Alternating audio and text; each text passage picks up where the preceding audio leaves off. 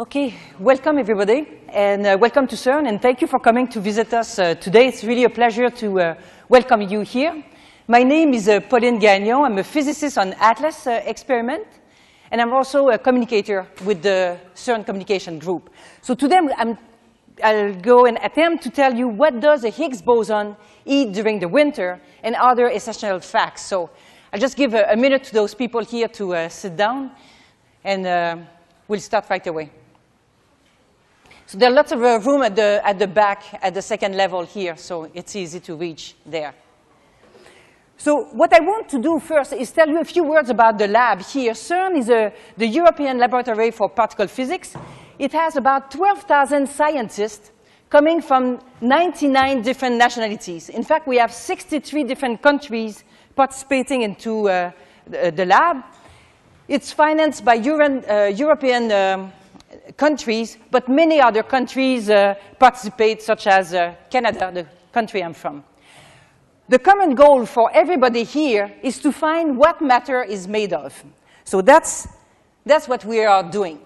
And if we were at Legoland, so this is a picture of the Copenhagen harbor, as seen as you can find it in the Legoland, where everything is made of Lego blocks. And if I was to ask you there, what are the smallest particles, the smallest grains of matter, it's very easy. All I would have to do is take one of those pieces, shatter it, and I would see the smallest pieces coming out, and then we would know what matter are made of, what are the fundamental particles. But in the real matter, when we look here, it's a bit more complex. So if I take any type of matter that we see around us here, we know that from high school, we know that this is made of atoms. And inside the atoms, you have the electron orbiting around the nucleus. Inside the nucleus, we have the protons and the neutrons.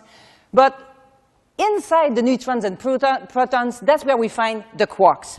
If I ask you now, which ones are the fundamental particles, in this picture, we only have the electron and the quarks. Those are basic ones that you cannot break apart. So those are fundamental building blocks of matter. In fact, with those quarks, I can take up quarks.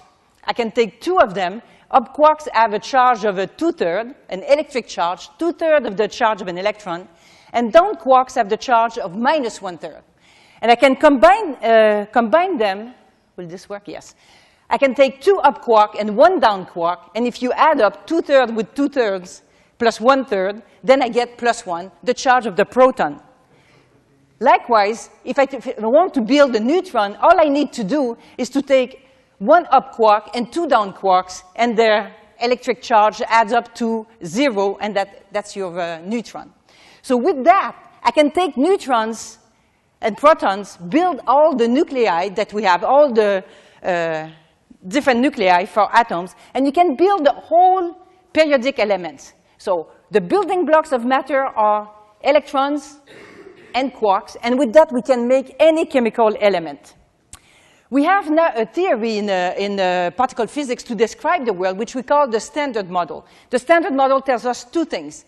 It says that all matter is made of elementary particles, fundamental particles. And the second thing is that these particles interact by exchanging other particles. And the way it goes is that, imagine that you have two skaters on a very perfect piece of ice. And then they evolve together, and one throws a heavy ball to the other. So both of them will recoil from this action. So now they have exchanged a particle, a huge snowball, and that makes them deviate. So there was an interaction between them. That's how we describe things happening at the fundamental particles level. And the Standard Model now tells us that matter is made of fundamental particles that you all see here. And these are the nice fluffy ones that are locked in my office right now. I couldn't find my key this morning. But it's made by the Particle Zoo. You can buy those particles. So we have all of them. We have leptons, the first family, and quarks. Leptons, you all know the electron. But there are also muons and tau, which are all very similar to electrons, but much heavier. And they all come with their own neutrino. Then we have another family of quarks, And those are up and down, I just introduced them, but there's also the charm and strange quarks, which are a bit heavier, and the top and bottom, which are much heavier. The top quark, in fact, is the heaviest particle we have ever found. Those particles, it's a bit strange because to make all ordinary matter, you only need what we call now the first generation, this first row here. The other ones, we can make them appear in our accelerators here, or they even appear in cosmic rays, but you don't, normally they're unstable and we don't find them. So that's the first part. All matter is made of fundamental particles. The second part is that they exchange particles that we call bosons. We're getting closer to the Higgs boson. So boson is just a type of particle that is associated to a force, and particles exchange them and that's the way they feel those forces. For example, the strong interaction is what you find inside the protons. Quarks are bound together by gluons, and it comes obviously from the word glue that glues them together. Then you have the electromagnetism that is mediated by photons. The weak interaction, that's the force that is responsible for radioactivity. And then there you have three bosons, two Ws, one with a positive, the other one with a negative charge, and then the Z boson. We think that with the gravitation, there is another particle associated with it, graviton, but we have never found it yet. We haven't found it. And finally, the Higgs boson, which we just found last July. So that's the model that we have to explain what matter is made of. But we have a major problem with this model. It seems to work really well to describe everything, except that when you put equations to describe those forces, the equations were not really describing the reality. What we had wrong button. So the standard model predicted massless particles. So with all the equations, it was only massless particles coming out, whereas we knew that, in fact, the W and the Z are massive particles, whereas the photon, it's true, this one is massless.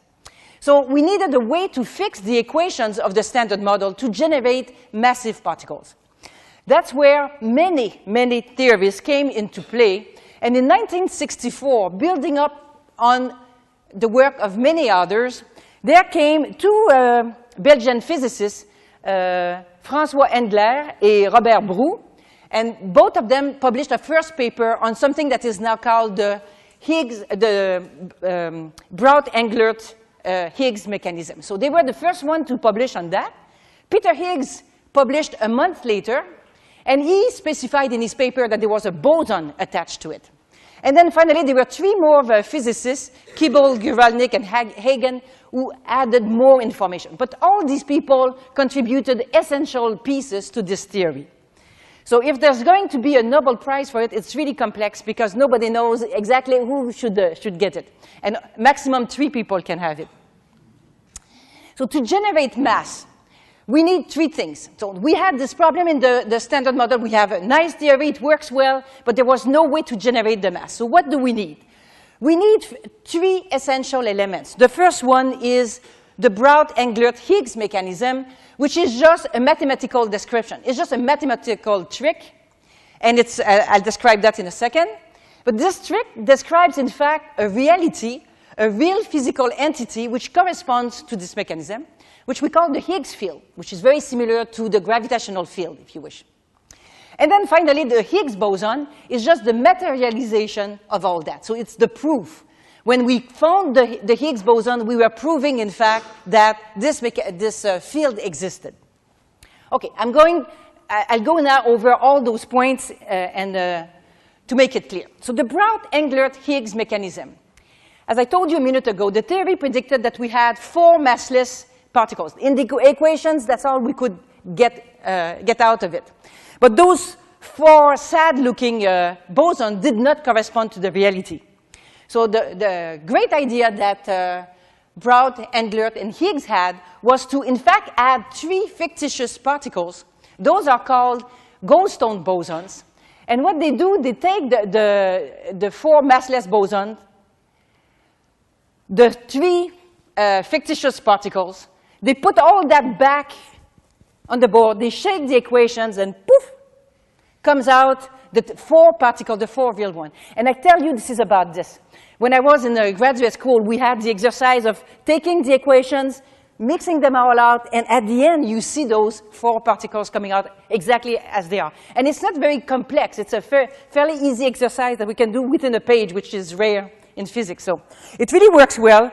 We get our four boson, the photon, which remains massless, no electric charge, two W's, one with a positive, the other one negative charge, and the Z boson. Those are exactly the particles that we find in our accelerators. So it's really nice. It really works. But to say that it looked brilliant mathematically, but we needed the proof that it was true. So to go a bit further, I need to introduce three concepts that we use in physics. The first one is the concept of mass. When we talk about mass in physics, in fact, we're talking about the resistance to movement, resistance to motion, so resistance to a change in movement, in fact. So I put here the example of a boat, a massive boat. And this boat is very massive because it has a lot of resistance to motion. If you try to get it into motion, it's very difficult. You need a lot of energy. And likewise, to stop it, you will need just as much. So that's the first thing. In physics, mass is resistance to movement. The second one is the equivalence between energy and mass. Energy and mass are just two forms of the same essence. Just like water and ice are the same, it's the same essence, but in two different forms. So the energy in this equation, the E, represents the energy, the M represents the mass, and C squared is just the square of the speed of light, and it's the exchange rate. I'll give you another example. For example, if we say that money is some essence, something, and I can have it in different forms, like in my pockets right now, I have Swiss francs and euros. So, and between the two, there is an exchange rate. So you could say that energy and mass are just equivalent, but you can exchange one for the other. The third concept that I want to introduce is energy conservation. Energy can take different form, but the total sum is never lost. So if you start with a certain amount of energy, just picture, for example, a glass filled with a liquid, and that's your amount of initial energy. Well, this energy can be in different form. It can be in the container called movement, or it can be associated with the mass. So an elementary, a fundamental particle will have part of its energy in the form of its mass. From the equation E equals mc squared, it's equivalent. So let's get to the Higgs field now. Imagine that you're running on a beach. You're running in the air. I'm going to give you a simpler example, and then we'll go to the real thing. But just to build up a bit. So imagine that you're running on the beach, you're light and free like air, and there is nothing to stop you. You feel so light. But then, whoops, you have to run in water. And all of a sudden, there is really a drag force on you, and you start feeling massive. You have acquired resistance to motion. So the Higgs field is a bit like that. It makes the whole space sluggish. Every particle that goes through it makes, every particle that goes through it starts interacting with the field and then cannot go straight. And it slows it down. So this is an image just to explain it, but something that is a bit more accurate in physics. Physicists were a bit picky about how we define things. So let's imagine now how it works. So imagine that you have empty space without a Higgs field. So the particle can go from point A to B at the speed of light. Okay? I'll do that a bit slower now. So the particle can go from A to B on a straight line. There is no Higgs field. All its energy is in the form of movement. It has absolutely no mass, and it travels at the speed of light. Now, let's turn on the Higgs field. So we turn on the Higgs field, so the field appears, just like I would turn on the gravitational field, if I could do that. And then my particle wants to go from point A to point B, but trying to do that starts to get encumbered in the field, and it goes from point A to B much slower than before. So if I look at its energy balance now, it has less speed, therefore there is less kinetic energy, less energy associated with its movement, and so the difference has appeared in the form of mass.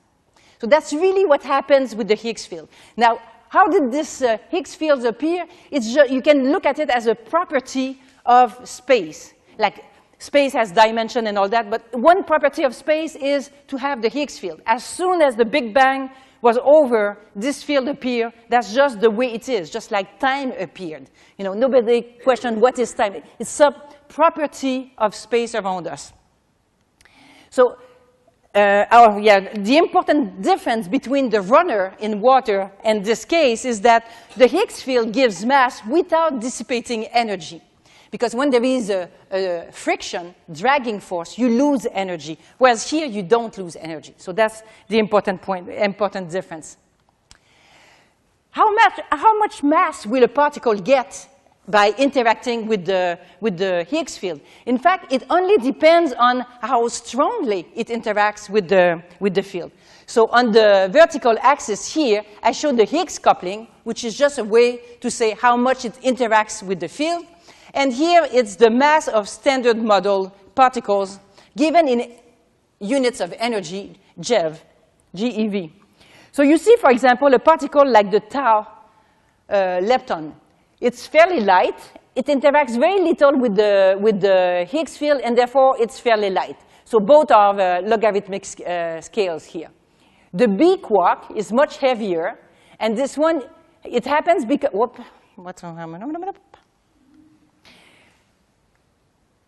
the bottom quark interacts more, the coupling is higher, and therefore it has more mass. And at the top here, the top quark, the heaviest one, is the one that interacts the most with the field. So the more you interact with the field, or the more you get your feet entangled in that field, the less you can move, and therefore more mass you acquire. And the photon is really special because this one will remain massless, because it does not interact with the field, and that's the only particle that can keep going at the speed of light. So the photon is massless, and it goes at the speed of light. Whoop. So we always explain that the Higgs boson is really important because this is what gives matter its mass. But that's not exactly correct. And in fact, if we look at it, look at the quark masses. If I add up the mass of the three quarks that we find inside the proton, we have 11 MeV for the sum of the masses of the up, and down quark, whereas the mass of the proton is 938 MeV. So you see that about 99% of the proton mass comes from the binding energy. So look at the gluons here, keeping everything together, those little springs in white that you cannot see there. So those are the binding energy to keep all that. This is what is giving mass. Remember, energy and mass are the same, just two different forms. So most of the mass of the proton comes from the binding energy. So now you could get a bit annoyed with us saying, so why did you make such a fuss about the Higgs boson? Because without the Higgs boson, all particles would have remained massless, like the photon, and zoop, going at the speed of light. And if that was the case, you could not form bound state. You could not form protons, neutrons, nuclei. You would not have any matter. If the fundamental particles inside the atoms and the nucleus were massless, then you couldn't form a solid state. So this is why the Higgs boson is so essential. It gives the little mass that is needed to slow them down enough to be able to form a bound state. Okay, so let me summarize now the three aspects. There was first a mathematical tool that the Brout-Englert Higgs mechanism is what gives masses to the Z and W, for example, but without affecting the photons. So this is just a trick of reshaking the equations. The second aspect is the physical entity, the Higgs field that filled the space shortly after the Big Bang. And that's really what every particle interacts with. And finally, I haven't said a word yet about that darned Higgs boson. So it's an excitation of the field. So let's look at this. Imagine that the Higgs field is just like the surface of the ocean. So you have the surface nice and quiet, but you know, a wave is just an excitation of the surface of the ocean. So imagine that there is, for example, an earthquake. Then it can create a tsunami, so you have this devastating wave going. Or you can get the energy from the wind or from the gravitational pull of the moon. So waves are just excitations of the surface of the ocean. And our little Higgs boson is simply an excitation of the Higgs field. So what we do, how do we get the Higgs field excited? And that is what the accelerator here is all about. So what we do, we need to concentrate a huge amount of energy in a small point in space, and that's the role of the Large Hadron Collider. In doing that, you can get the Higgs field to the next excited state, just like you can excite an atom hydrogen, for example, by exciting the electrons. So the Large Hadron Collider is this huge tunnel that we have here. It passes just across the street underneath the experiment Atlas. And we have 27 kilometers with the protons going at nearly the speed of light in both directions. And then they smack, the operators bring the two beams into collisions right at the center of our detectors. Our detectors are built around those points such that all the energy that is put there materializes in the form of particles, and then we see new particles coming out of there. So the energy materializes, and those big detectors are just like giant cameras, and we take snapshots of all the debris of those particles. Because what happens with a Higgs boson is that it's a very unstable particle. So as soon as you create it, it's going to break apart. And to explain to you what is the decay of a particle, what does it mean that the Higgs boson decays? It means that imagine that it's a coin, €2 coin, and then you could break it apart into two €1 coin, and those can also be broken apart into 50 centimes. So this is the type of the decay that you can find. So the €2 would represent the Higgs boson, and it goes into 2Z boson, and a Z boson can go into 2 muons. But this is not the only way to get 4 pieces of 50 centimes. You can also get that if you start with €2, 2 single pieces of €1. And then, again, it could be that we start finding at the end in our detector, we could find 4 muons, but the whole question is to find out, when you have this beautiful event here from Atlas, you see in red, those lines in red are muons, so those heavy types of electrons. And you have 4 of them, and the question is, does it come from the decay of a Higgs boson into 2Z bosons, or was it simply 2Z boson? And what we have to do, I'll come back to my example of coins.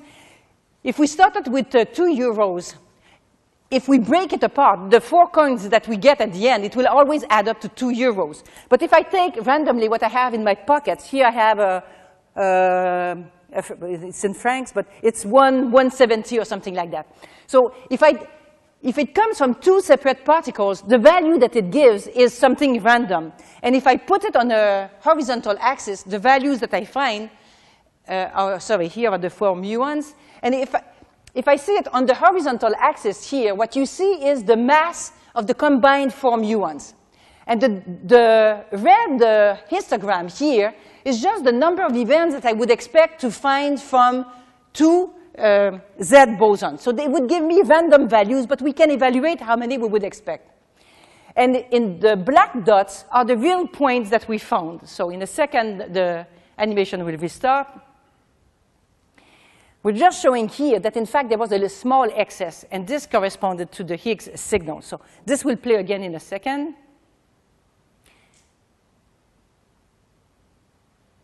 So here we go. So you can see at the top the dates. So we can see the events as they came up. And if there was only events coming from 2 Z bosons, the dark dots should mimic the red distribution. But you see that right here, we start seeing way more events than we're supposed to come just by the 2 Z bosons. So in fact, this excess, now we will zoom in that region, And you see that the excess corresponds exactly to what we would expect if there was a Higgs boson. So this is how we could find that there was a Higgs boson. We did that in 3 different decay modes, which was 3 different ways of giving the change, and then we could tell that we had found it. So have we found everything? Are we happy with what we have here? No, sorry. The problem we have is that everything that we have now, this beautiful standard model that explains everything, only explains 5% of the content of the universe. So, we haven't done so well. Astrophysicists, when they look at the universe, they can see that there is a strange type of matter, which we call now dark matter, which has nothing to do with the matter that we know, quarks and leptons, has nothing to do with the type of matter that we are made of, and it's not either antimatter. Antimatter is just like matter, in fact. So when we look in the universe, they see that all the stars, all the galaxies, pulsars, quasars, you name it, all those things account for 5% of what is out there. The rest is dark matter and mostly dark energy. And dark energy is even weirder because we know that since the Big Bang, the universe is expanding. But not only that, just a few years ago, 3 physicists found out that it was, in fact, the expansion is accelerating. And if you're driving your car and you want to accelerate, you need to give energy to your car to accelerate. So there is some energy that makes the acceleration, this expansion accelerates. And we don't know at all what it is. So dark energy, we're really in the dark, and it has this name. So what we know so far is only the tip of the iceberg. Most of it is absolutely unknown. So if you're a young person studying physics, go for it. We have a lot of work ahead of us. Thank you very much for coming.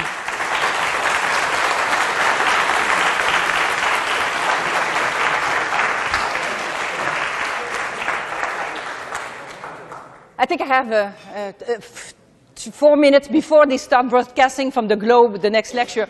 I can take a few questions if you have easy ones that I can answer in 4 minutes. And you can press the button in front of you. There are microphones in front of you. We're in the... Someone... Okay. Yeah. It's good. Just speak in it. No, go close. That's it. What's the difference between dark matter and dark energy? Isn't it the same form? No. Dark energy is what we associate with the expansion of the universe, whereas dark matter is something else. And we can feel these effects of the dark matter inside galaxies, rotating galaxies. We can see that there is way more matter inside the galaxies than what we see from the light, which is visible matter. But this extra dark matter is what binds the galaxy together, that creates the gravitational field that is necessary. Otherwise, everything would be scattering. So they're spinning too fast. Normally, everything should be scattering. But no, we see that they're holding. So there is more matter than what is seen. So there is a difference between the two. Good point. Yes, please. Press your button. Yeah, the big button. Yeah, that's it.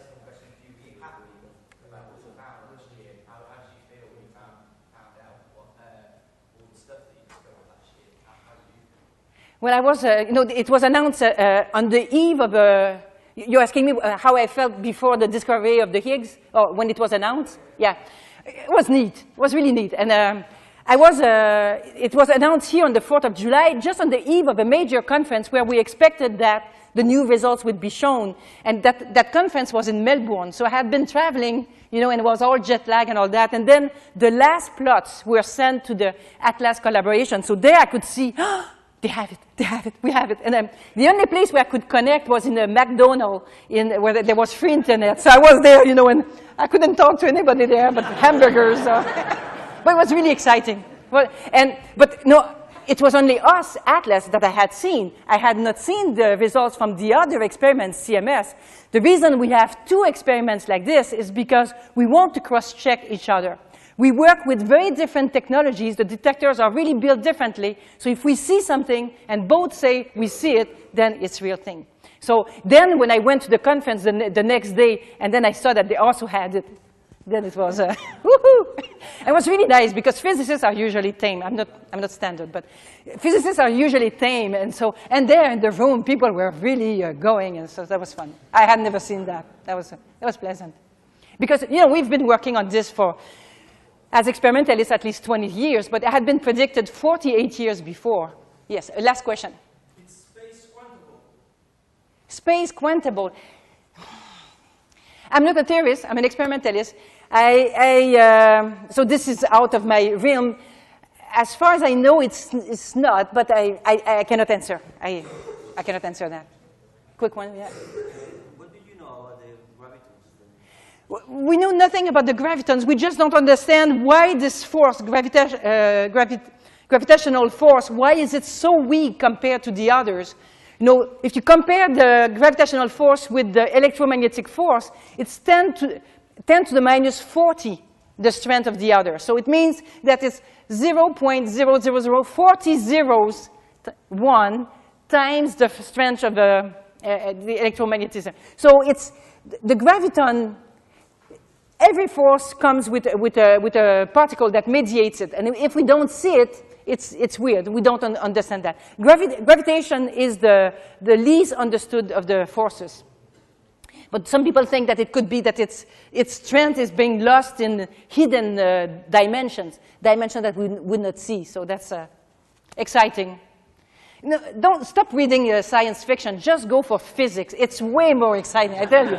We just have mind-blowing stuff.